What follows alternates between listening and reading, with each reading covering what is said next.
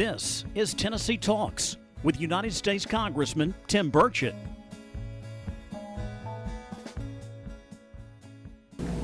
Hello, I'm Congressman Tim Burchett, and welcome back to another episode of Tennessee Talks. Today I'm joined by my very dear friend Wes Stowers. He's the chairman of Stowers Machinery Corporation. If you've seen a cat tractor, you've probably seen the word Stowers written on it all over the southeast and probably around the country as these cats get out everywhere. The company originally had 3 locations in Knoxville, Chattanooga, and Johnson City. It was started in 1960 by 3 brothers, Bud, Dick, and Harry Stowers. Wes Stowers, who I'm joined with today, is Harry's son. He joined the company in 1988 after a career in the Air Force. That is commonly referred to the Burchett household as the Tim Burchett graduation date. Should have been 86, but I enjoyed my college career. His daughter Lisa has now transitioned to president and CEO, leading the business into its 3rd generation of ownership. And Wes, I want to thank you for joining me on Tennessee Talks. It's great to have you on the show. And let me ask you, how are your wife and girls doing? They're doing great. Of course, see my wife every day and my daughter almost every day here, and my other daughter Rachel lives right down the street, so we're very fortunate. How many grandbabies do you have? 5 of them. 5. 9 through 4, and again, all here in town, and we see them about every week. I guess your wife loves that. Oh, we all do. I bet. My dad said if he'd known his grandkids were going to be that great, he probably would have gone with them first instead of us, because we put most of those gray hairs on his head. Well, they're special. Yeah. Before going into the machinery business, you served in the United States Air Force, and thank you for that. And you retired as a lieutenant colonel, and after you served as a fighter pilot and as an instructor pilot. Can you tell us a little bit about that experience? Well, it was something I wanted to do really since I was a kid, and was fortunate enough to get in the Air Force Academy and pilot training. And where'd you go to high school? A college school in Chattanooga. Okay. I grew up in Chattanooga myself, and but in any event, I've got some great assignments. We spent 12 years on active and another 10 in the reserve, but on active spent about 7 of those overseas and all over Europe and the Middle East, and it was I'd do it again in a heartbeat. I bet. What was your favorite aircraft? Whichever one I was flying. Yeah. But I primarily flew the F-4 Phantom, and it was a great, what we would call today a 3rd generation fighter. We're on the 5th generation today, so it's a museum piece. But yeah. It was a good machine. They were probably $40 or $50 million aircraft then. Now the new ones. No, actually, believe it or not, there's about a $10 million. Is that right? Yeah, they were. Wow. It's honest American value. When they modified them, sometimes the modifications would be worth more than the aircraft's original purchase price. And currently, you I know you fly some vintage birds. Tell me what you. I know you flew in on an F4U or Corsair. I guess it was maybe not an F4U. Was it F4U? Yeah, F4U.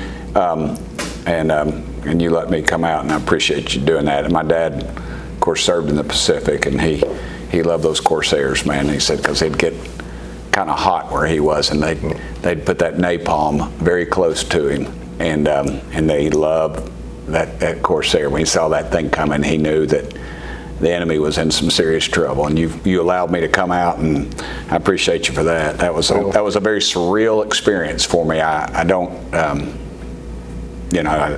Dad's in heaven. Him and Mom are both there with Jesus, but I kind of felt close to him when I was at that. You let me walk all over it and climb all over it, and I appreciate that, brother. Can you give us an overview of Stowers Machinery and the work the company does? You're Caterpillar, and for the record, I guess I should disclose this. When I was in the mulch business, I didn't know you. I came over here and bought an IT-18. I remember I spent $72,500 for that thing. I thought that was all the money in the world. And it was the best investment I'd made. It was the one piece of equipment that if I had a problem with, I could get fixed, but I rarely had a problem. And I treated that thing like a rented mule. And I ended up selling it, and I think I almost sold it for almost what I had in it. I mean, that's just it's a testament to Caterpillar. It's a testament to y'all, because you could get to the repairs and everything. But tell us a little bit about that. Well, we represent Caterpillar in the eastern third of Tennessee, the eastern 38 counties. We got 6 locations now, 2 here in Knoxville, Chattanooga, Kingsport, Crossville, and Sevierville. Basically, we sell and we rent, and we provide parts and service support for every product CAT makes. Obviously, large equipment, small equipment, and generators. We have a power systems division. And part of our operation is also a rental operation out west. We rent a lot of, obviously everything CAT has, but we rent a lot of what we call allied products that CAT doesn't make: aerial equipment, booms, lifts, air compressors, things like that. But what makes us function is we got a team of about 470 people, and it keeps going up by the day, but we have a great. That's a good thing. It's a great thing, and we have. We're very proud of our team, and they're the ones that really differentiate us against our competitors. Well, and I will say this: I walked through the shop. You know, you were kind enough. I always like visiting local businesses in our area and the district, and you were kind of enough to let me walk through the shop and meet the guys that were actually turning the wrenches, which I dig. I'd rather do that than sit.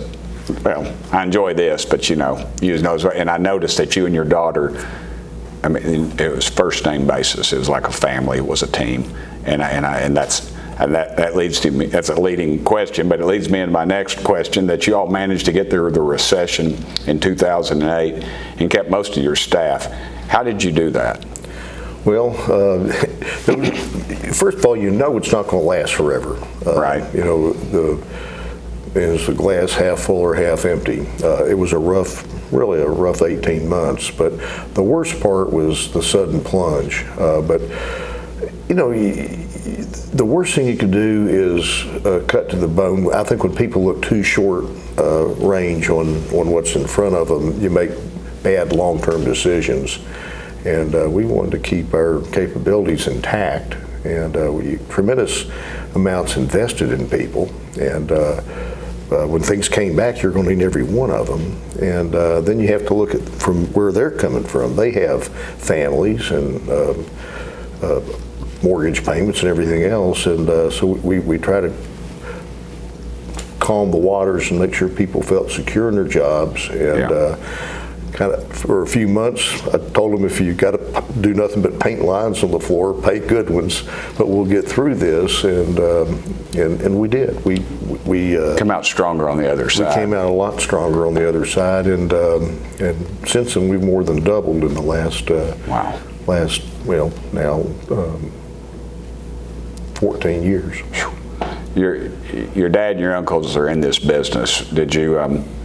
When you're in the Air Force looking out, fighter pilot, were you thinking, yeah, I'm going to be working over there, or was it something that you just kind of eased into? Well, it's something I always thought I would be involved with.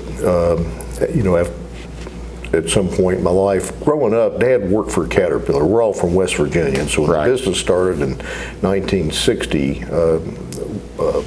all I had known growing up as a small child was Caterpillar, and growing up in the business, Dad never gave me an allowance, but we didn't have some of the child labor laws we do today. But I worked in the warehouse and the Burchetts didn't have child labor laws either. I love the industry, and I love working on things. I'm a motorhead like me. Yeah, I'm not nearly as skilled as our technicians today, but I had a passion for it, and I thought at some point when the Air Force career was over, this would, if there was still, if we were still open, I'd certainly want to be involved. I came back here in my mid-30s, and it was a great place to settle down, raise a family, and it was like putting on an old shoe. I felt right back in the saddle. Yeah. You know, you talk about the family and the commitment to the folks here. You have a huge commitment to East Tennessee and this community. Talk a little bit about that. You give back. You're one of those guys. You're not always on the front lines, but I know you're involved in it, and I know you've instilled that in your girls, and of course your wife. She's a driving force in the community. I would sort of be hesitant about ticking you off, but if I ticked your wife, I think I'd just I'd turn the lights off and just close up shop. But because she's been great to me and my staff, as you well know, we've got a good friendship there. But tell me a little bit about your support of the community. Well, it's one of these things as we all get older, you see things around, you get opportunities that come where you can help other people make a difference. It's not a me or an I thing, it's a we thing. And there's so many good people in this community working hard, and a lot of the nonprofits, especially things that benefit kids, families that are under stress, Helen Ross McNabb Boys and Girls Club, Boy Scouts, our medical establishments here in this community. There are a lot of places where if everybody does a little bit, it lifts everybody's boat. And I look at it as there's a thin veneer of civilization between where everybody's out for themselves, where you have a sense of community, and things that make the community stronger help. It's great. It helps. Families are what it's all about, and you got to have a good environment to raise a family. Well said. I appreciate you, and no kidding. When I see your equipment out there, and it rarely, if it is broke down, when I see one of your service trucks, I always know that those guys are top notch. Whenever I had one, I had equipment that wasn't even cat, and we were working on some cat stuff, and then they worked on my other stuff too. They're incredibly talented, and that's a testament to you. And I know you've been involved with the trades and in our community as well as I have, supporting that, and I appreciate that, because we're really missing the boat when we don't push that out there, because not every kid's going to go to college, and I know a lot of welders, and I use examples of folks that diesel mechanics all the time in your shop, and that how much money they will make in their lifetime versus somebody maybe with just a bachelor's degree in something, and it actually it far surpasses that. So that's a really good thing. They earn it, and I think people get paid based on the value they provide, and somebody that has some of these skills in the trades, there's going to be more demand for that, not less, in the years ahead. Yeah. And well, here's the part of the show I dislike the most, and I always, since it's my deal, I can edit it out if you say something unkind. But you can ask me anything you want, anything you got. I read an article, a column David Moon puts out every week. David's for roads. That's what he calls me. He says, I'm for roads, Burchett. And every time I say I'm for roads, he's okay with me. But go ahead. Well, he writes a good column every week, and this one last week was on energy. And it's a one-pager, but it nailed it. And it talked about how humankind, our standard of living worldwide is directly proportional to the access to energy people have. From 1800, 90% of people lived in dire poverty. Today, right. It's less than 10%. And there's a million problems that we need to address in the country. But to me, one of the biggest ones is we're getting to a point where people don't know where their stuff comes from. And electricity comes out of the wall, and chocolate milk doesn't come from. That's a chocolate cow. Yeah, chocolate cow. I was going to say, it doesn't come from chocolate cows. Technology is a wonderful thing. Today, the air is cleaner, the water is cleaner than it's been in modern history. I gave this talk just about an hour ago. We could make it clean. I'm not against progress in technology and clean air, but I hope we can come up with a consensus of how we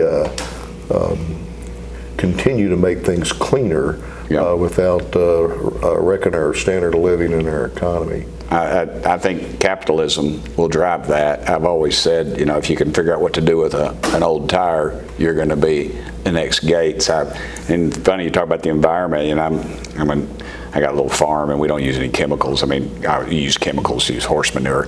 That's our chemical. But it works pretty well. Yeah, it works really well. But all kidding aside, and I would talk about how that when I was a kid, we would drive to Church Street United Methodist, the five of us, and in our little VW, 1964 blue VW Bug, the five of us, probably no seat belts. My dad was probably smoking a pipe, and we'd have the windows rolled down, of course. and we'd drive by Robert Shaw, and if they were making plexiglass, you would have to roll up your windows because it would literally burn your eyes and make your nose run. Of course, now you do something like that, you'd be put in jail. And people talk about how we're wrecking the environment, but the reality is it's much better. There are more trees now in this country than there were 200 years ago. And you just go down the list. And I've tried to push legislation for using things like plastics and asphalt. When if oil gets looking for a use for it, there's a use for it. And I just think that I agree with you. I think too many times we'll need to get a mineral or something out of the ground, and then some environmental group will swoop in and say, oh wait, that's a historical area, we can't, or whatever they call monument area or whatever. And then come to find out they were lobbied by a group environmental group that probably had some foreign funds in it that had those access to things like coal and other things that are overseas. And the Chinese and the Indians, I guarantee you, they're not. I think China's putting on a new coal plant about every 20 days, and it's about 1950s technology, and we are just cutting our nose off to spite our face. Well, everything comes out of the ground in some form or fashion. You grow it or you mine it, and from that you end up having to make it. And technology is a wonderful thing. I think we'll be driving electric cars. There's going to be all kinds of. But we're not there yet. No, we're not, and we got to have a way to make the energy. As our mutual friend Teddy Phillips says, I'm still going with diesel until they tell me I can put a solar panel on my cat tractor. So I just think and I think capitalism will get us there. Mm-hmm. But I think government too many times, we're saying we're going to tell these poor folks they can't have a gas stove, or they're not going to heat with gas. It's one of the cheapest, most efficient forms of fuel to get out of the ground. It's easy, and it's clean, and it burns clean. And and they say, well, we need solar and windmill. Well, there's not enough flat roofs, there's not enough wind, and the technology just isn't there. We have less than 5% of the vehicles in the country right now are solar, or electric. I think it's really less than 4%. If we get to 12%, we'd have blackouts. Well, they do in California. They do in California, and they have blackouts, exactly. You can't charge your car. You can't, and that's exactly right. And there's 8 different adapters, and it takes 8 hours. My wife and daughter, Isabel's a barrel racer, and they run down the street in that big Dodge diesel with those hauling those horses in that trailer. I don't want them off the side of the road somewhere for 8 hours filling up at some government run facility. So anyway, I appreciate you. I could go on for hours about that. You know how I'm about that. But I thank you, Wes, for joining me today, and I thank you for the great work you do here in East Tennessee. One more fist bump. Thank you. And I'm Congressman Tim Burchett, and I want to thank you all for listening to and watching another episode of Tennessee Talks. Thank you all for sending me here. Thanks for listening to this episode of Tennessee Talks. Please subscribe to the show on Apple Podcasts, Spotify, or wherever you listen to your podcast. Keep up with Congressman Burchett by following Rep. Tim Burchett on Twitter and Instagram, and Congressman Tim Burchett on Facebook and YouTube.